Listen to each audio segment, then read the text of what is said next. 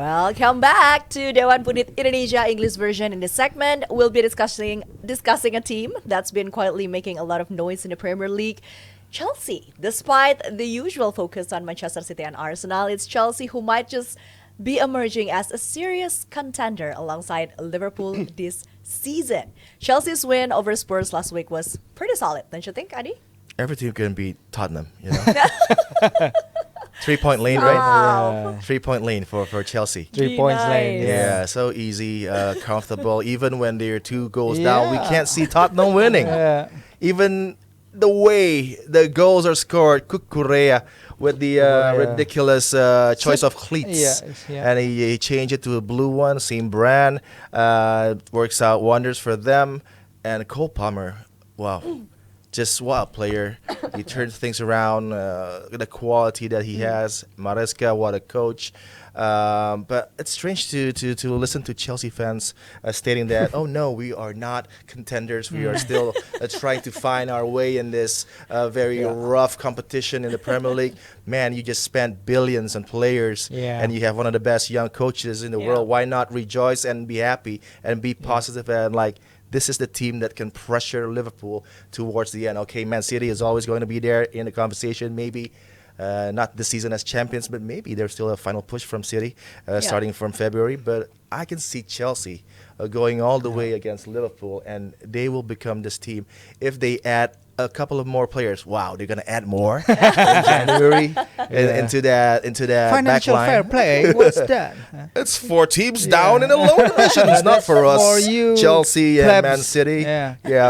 If they find a central defender, a quality one, which there is plenty. They have 5 already. How but many not more do quality. they need? They have 6 three. maybe. They have 3 goalkeepers. Can have. Goalkeeper situation. Their That's price true. tag is high, but not that. They don't have a main goalkeeper that has that trade to become a Chelsea goalkeeper. Before, they don't have it too with Dimitri Karin and Ed De Goy. But still, they had Peter Cech. Yeah, Peter Cech was there. So if they can find a goalkeeper, a quality one, and maybe a couple of defenders, and this team has every chance to become champions. Do you think they have what it takes to challenge Liverpool, Kiko? And what do you think makes Chelsea so effective this year? I don't like their this humble side of Chelsea fans. I agree with Adi. They just bought billions actually. Stars in their side. It's probably because of how much they themselves didn't know what was going on and how much we made them a laughing stock during the whole off season. I trust the project from their first Did get-go. you? Seriously? I did. With Pochettino as well, one of my favorite coaches, and Todd Boehly going, implementing an American style, a business type of approach. 8 years contract, 8 years contract, 8 years contract, you got an 8-year contract. You got an 8-year contract. Shohei Ohtani got a 10-year contract. It was under Boehly. Under Boehly, right? And he knows what he's doing. and that long duration is if you underperform in the 3rd or 4th season, you can get kicked from the side. But again, with gaining still maybe 20, 30 million, losing 10 million, that is a good business still for the investment. So putting together the blue chips of European football, even Mikhailo Mudryk, we know his quality at Donetsk, and maybe, just maybe, in the second half of the season he can perform. There's still hope there, and I think the investment will go and shine. It's still a possibility. And they have Sancho, who's now reborn, playing against the smaller sides. When they do the low block, Sancho is very effective. Against Tottenham, we can see a lot of stars performing very well. And I think getting Enzo Fernandez playing as good as he is now, Moise Caicedo doing very well in that midfield, showing his performances like in Brighton. So it's all down to the coach, Enzo Maresca. Nicholas Jackson was missing chances galore last season, and now he's scoring goals for fun. So there's a lot of right in going with Maresca. The transition was very smart in trying to get all these young players who are working very well under Pochettino. They got the momentum towards the last part of the season, and it's been doing, I think, sprightly for Chelsea. Speaking of Sancho, sorry, I had to cut you, because speaking of Sancho, people has been thinking that his return has been one of the highlights of Chelsea's this season. Do you think so? Yeah, I was going to that because I can read your mind. Yeah. Because because the producer is whispering to me. Let's talk about Sancho. Yeah, eight goal contributions in 11 games. Yeah. Twinkle Toes is back. The way he navigate those Spurs midfield, arguably it's a Spurs midfield, but still, yeah, his confidence on the ball, his vision to create the chance to create that opening. He created 1.07 goal contribution per 90 minutes this season. It's his best since his last season at Borussia Dortmund before his move to Man United. So great seeing him found that life back again, like Phoenix rising from the ashes, the Old Trafford ashes this time. But don't forget Ratsu Santara. The Phoenix is rising. Just wait the for literal it. Phoenix, but it's still wait for it. Not going okay. I just want to laugh. I think Man United fans, they can obviously feel they can get mad with what has Sancho, where has this Sancho been with their squad, because Man United tried everything with him. They gave him a vote of confidence. They gave him that paid leave to Holland and everything. They didn't give him Maresca to coach him.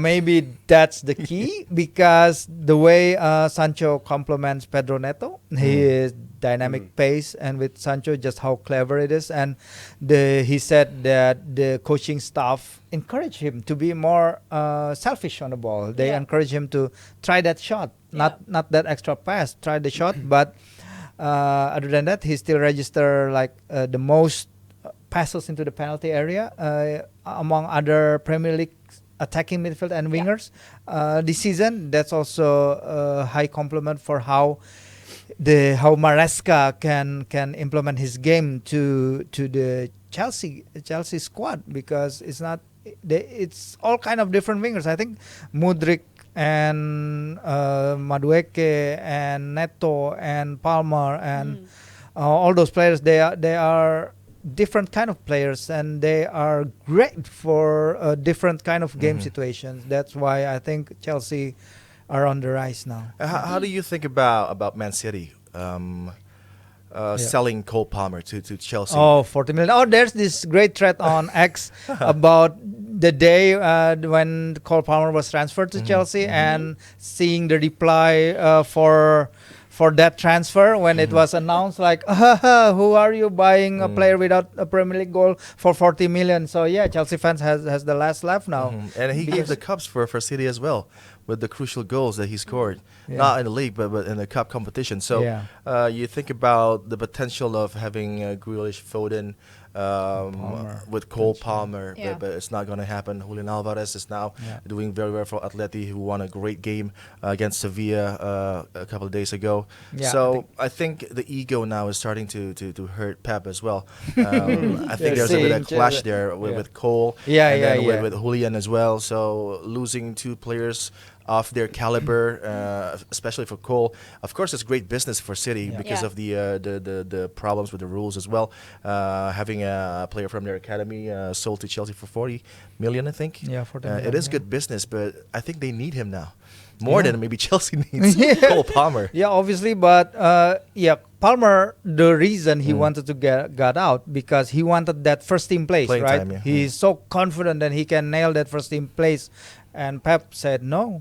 And that with him coming in, I think this is reverse Chelsea. Like we know that they sold Salah, they sold Kevin De Bruyne when Chelsea got them, and then they saw Salah playing very well with Liverpool and De Bruyne with Man City, obviously. So the way that they get Palmer in, maybe a revenge for those a bit of karma. A bit of karma coming to their way once in a while. Speaking of transfers, there's also a rumor circulating that Real Madrid is actually looking at Enzo Fernandez as a potential replacement for Toni Kroos. Do you think this move makes sense? What do you think Enzo could bring to Madrid's midfield that they might be lacking? I like Enzo's game, and I think he would complement Toni Kroos' role quite well in terms of bringing the ball up to the field. I was so happy when he was linked with Liverpool, as well as Moses Caicedo, and then both of them just went to Chelsea. I think they need that replacement. If we speak about it now, it's a bit too late because they don't have that replacement now. We're gonna wonder how much the price tag is gonna be, because he's locked in for a long time with Chelsea. Yeah. But his game complements a lot for what Real Madrid need, which is a person to distribute the ball forward and, being that number 6 to number 8 position for the team right now is very crucial. If something can be done I don't think something can be done in January for Enzo, but if something can be done in the near future, I think Real Madrid fans will be happy having Enzo with his performance currently at Chelsea. But yeah, I just imagine how expensive that would be. Yep. He was expensive to start with in Chelsea. Yeah. I don't think they're going to let him go for I think that's the thing as well for Enzo. The price tag was hefty, and then it weighted very much on his performance and his well-being, mental health as well. The pressure of that triple digit from Benfica. I think he was a great player in that moment for Benfica, but I think not yet a triple digit player. So coming into Chelsea, there's that expectation of him being the great savior who's going to turn Chelsea's faith around with the performance in Qatar as well to back that up, starting from the bench and then becoming one of the greatest midfielders in that World Cup. So for him to move to Real is a big possibility because for every Argentinian, Brazilian, even Real Englishman now, Real, when they come calling, you can't deny that you want to go and play there. But I think if Enzo is smart, he's going to wait because after that pressure and playing so bad in his first season for Chelsea and now doing what he's doing right now with the progression and the positivity of his play, I think it won't be smart if next summer he'll move to Real. He has to wait and wait for that perfect moment because if he goes to Real, then that price tag will go up again. And Todd Boehly will not hesitate to sell him. But for himself, he needs to be smart. He needs to manage his career. And when everything is going very well like this, why don't just play for Chelsea for another 3 seasons and then look forward to maybe moving after that to Real in the 4th year or 5th year of his contract with Chelsea. And then I think it will be more smooth. But for Real, if you look at that midfield, if you have only Dani Ceballos, come on. Dani Ceballos, he's not... What's wrong with Oh him? boy, don't start with Dani Ceballos.